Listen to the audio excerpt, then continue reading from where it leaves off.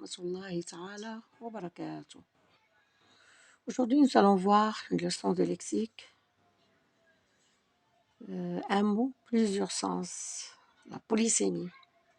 Qu'est-ce que ça veut dire, la polysémie? La polysémie, déjà dans le mot poly, ça veut dire plusieurs sens. Un mot en français peut avoir plusieurs sens, mais on ne doit pas l'expliquer isolé.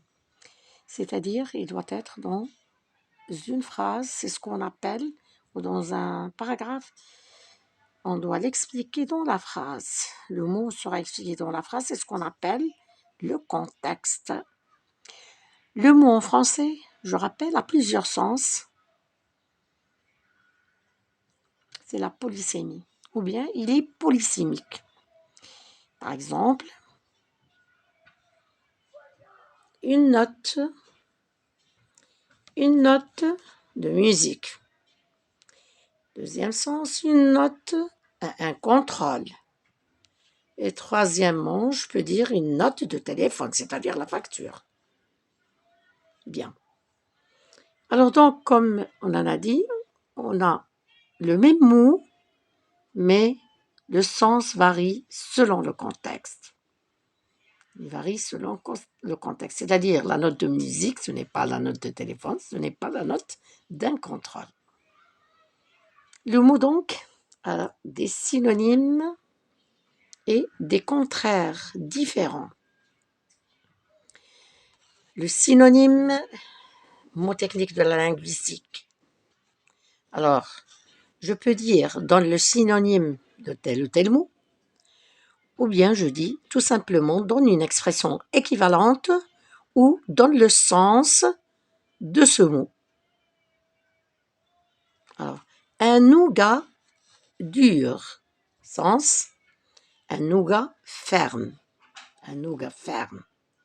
Si je veux donner le contraire maintenant, je vais dire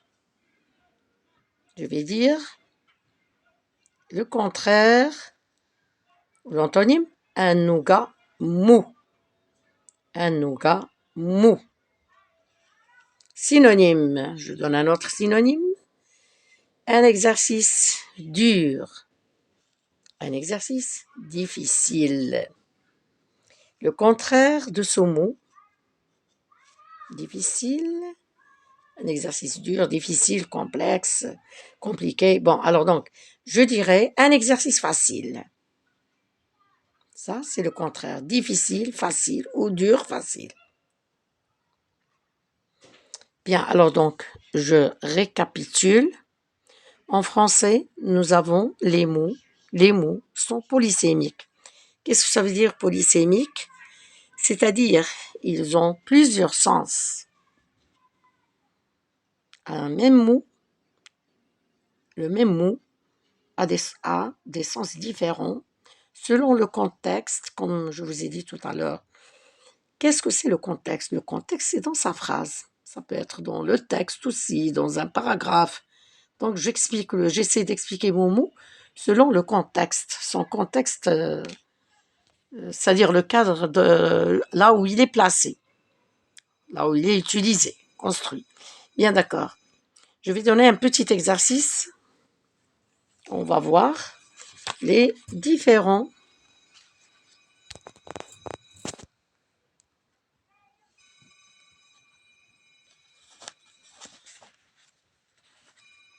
le cultivateur récolte le café. Le cultivateur récolte le café. Ici, ça veut dire les graines. Les graines. Veux-tu un café? Ici, le mot désigne un breuvage. Une tasse de café chaude, par exemple. On va boire une tasse de café. Donc, c'est le breuvage. Elle achète un sac de café. Donc, c'est tout à fait différent. Il y a trois sens. L'enfant dessine une figure.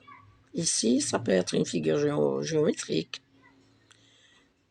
Tu laves la figure. La figure ici, c'est le visage. Ali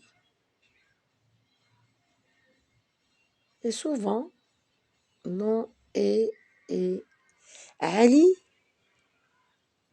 est souvent dans la lune. Ali est souvent dans la lune. Alors, Ali est souvent dans la lune. Dans la lune, ça veut dire il rêve. Si je dis l'avion décolle, l'avion décolle. Pour Ali, bien sûr, on peut dire, je reviens à l'exemple Ali, et dans la Lune, je peux dire, bon, la Lune, c'est la planète. Ici, on dit l'expression, il est dans la Lune, ça veut dire il rêve. Alors, mais c'est le même mot, qui a un sens différent. Alors, donc, je dis l'avion décolle. Elle décolle, ça veut dire, elle, elle fait le départ. Elle prend son départ. Elle vole. Il décolle le papier peint du mur. Il décolle ici. Il supprime, il enlève. Bon, jusqu'ici, je pense que ça va, mes chers amis, mes chers élèves. Je m'arrête ici. Alors, s'il y a un commentaire ou une proposition, vous pouvez me la laisser, s'il vous plaît, dans votre commentaire, si vous désirez savoir une leçon aussi. Pas de problème. Je ferai, ou bien je donnerai la leçon, je ferai l'éclairage volontiers.